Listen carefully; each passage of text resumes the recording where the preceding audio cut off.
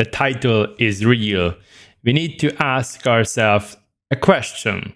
Is T3 Arena gonna survive this year? And it's not a clickbait, believe me. I personally hope that the answer is gonna be yes. This video is not about ruining reputation of T3 Arena. I really hope that it's gonna head into the right direction.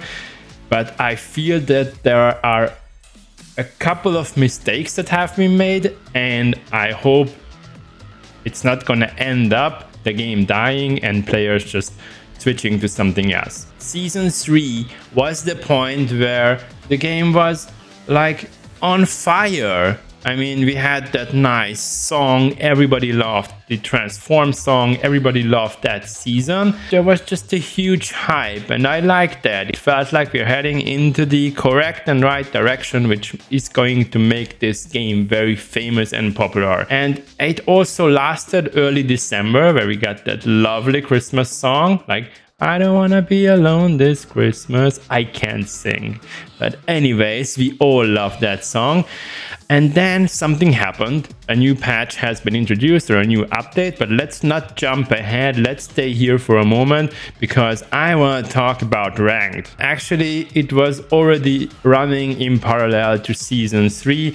It was the warm-up season and we didn't precisely know what's gonna happen. But now it seems to be, let's say, finalized, and I feel that ranked is still detached from the game. Some players decided to stick with casual because they are collecting trophies. Ranked is different because in ranked you are getting the rankings, and then you can start collecting the stars, ranked stars or whatever. High-end players had to decide which they choose. I don't know many players who are doing both, and actually you just don't have time to do so. Even if you're playing like, let's say, 6 hours per day, then due to the rank settlement and the length of a ranked season, you have kind of zero chance to be on top in both. Casual would be, let's say, the secondary game mode, which would allow you to also collect trophies, but maybe less, like 50% or whatever.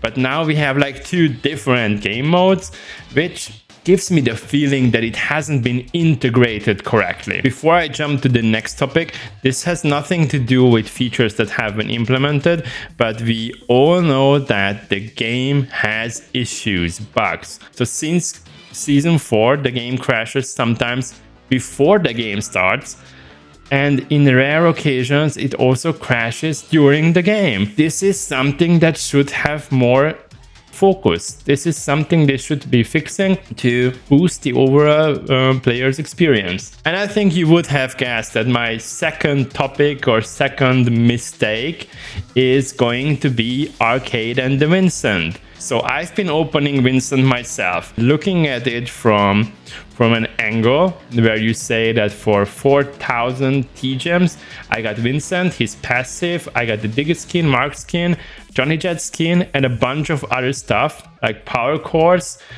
coins, and all that stuff. The value of what I got for the T-gems is perfectly fine. I mean, you know, I'm satisfied with it.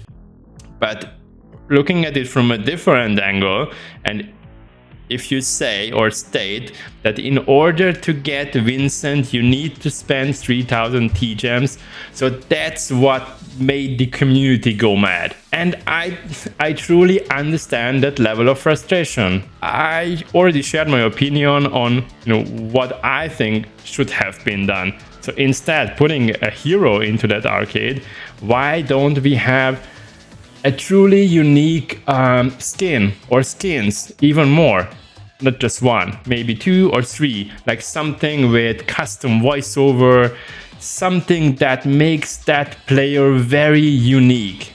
And I bet that there would be many players going for it and trying to get that, purchase that.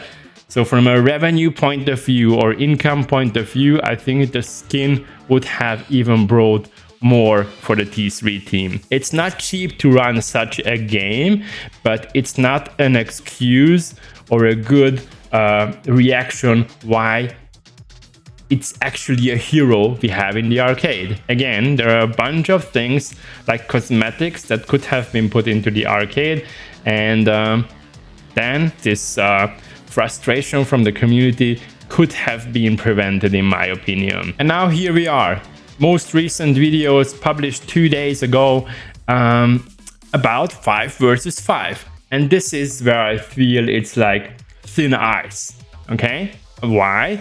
Because there was talk about revamping or redesigning maps, redesigning heroes and changing them, like adding one more ability. We don't know all the details yet, but if that's gonna happen, then it means that the 3 versus 3 T3 arena game is gonna be transformed into a 5 versus 5. I don't really understand the reason why that happens right now. I put out a poll, and I think only 17% of players think that the timing of 5 versus 5 is correct. What I mean by that, if we would have a stable game, like a game that is up and running for 2 years, and you know the communities need something fresh and new.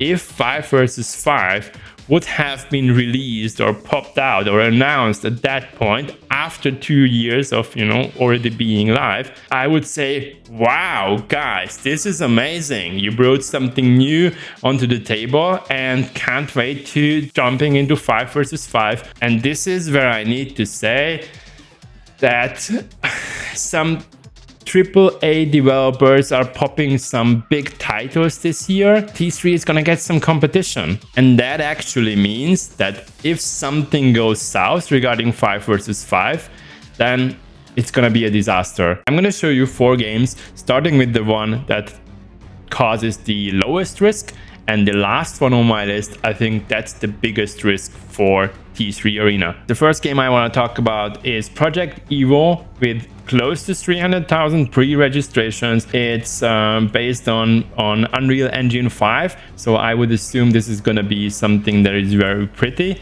Let's have a look into the cinematic trailer. I'm gonna just put some voice on.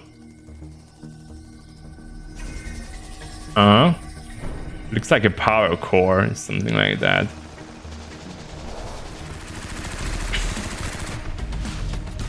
It's not gameplay actually, but I watched it and it feels like it's gonna have some action in it.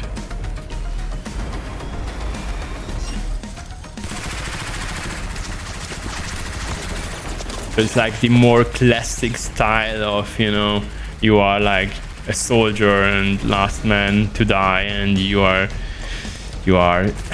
having these nice weapons, you survive everything, and maybe there's gonna be like, you know, a good side and a bad side, like terrorists versus counter-terrorists or something like that. I didn't look into the lore, I just watched the intro, but you know, based on what you see, it's cool. She's placing a bomb and then doing some nice stuff and shooting here. The next one I want to talk about is Tom Clancy's The Division Resurgence. Well, that's a big name. If you don't know the name or this game, this is going to be definitely more something where you need to have a strategy, like having your plan. I don't know details about this game, but this is like not just casual where you go in and just, you know, shoot around and collect headshots.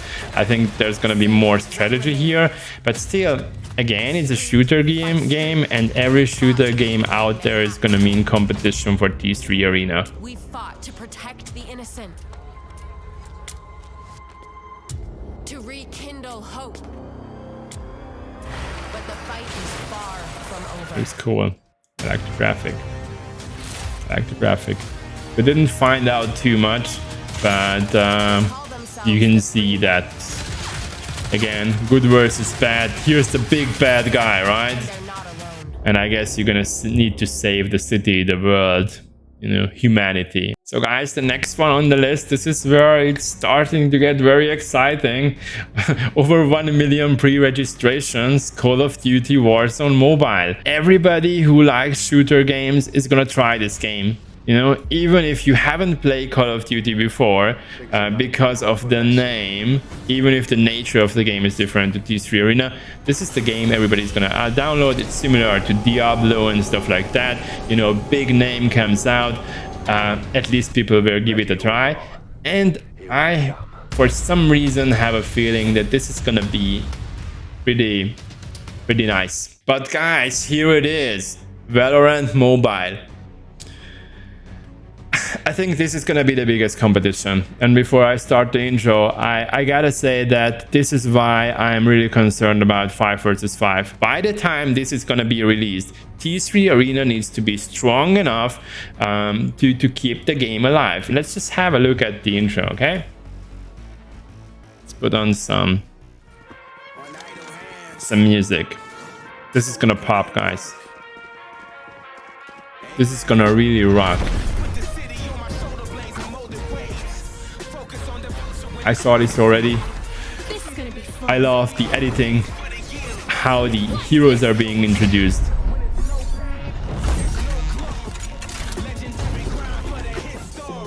This is gonna be super cool.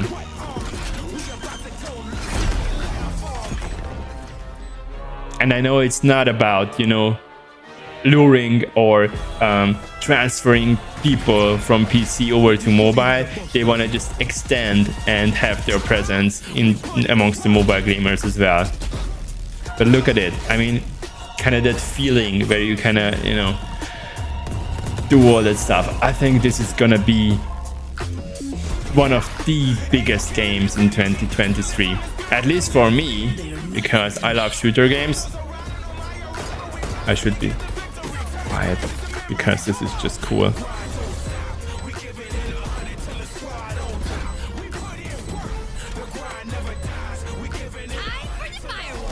When I look at it, it reminds me of the good old days where I've been playing a lot of Counter-Strike.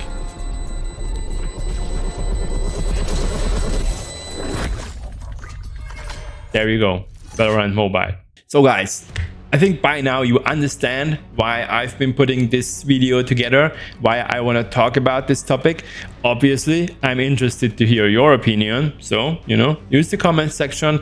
Let me know if you think T3 Arena is at risk. Is it going to be more popular than ever? Or are these other games like Valorant Mobile, Call of Duty just destroyed T3 Arena as is? And just a fun fact, guys. I recorded this an hour ago, and after recording it, I realized that my microphone settings were screwed up in OBS. So I'm recording this for the second time. Happens. Thank you guys for watching me. Thank you guys for all the love and support I'm getting from you. If you are new, it's time to subscribe. And if you are one of my old viewers, then as always, see you in the next video. Thanks, bye.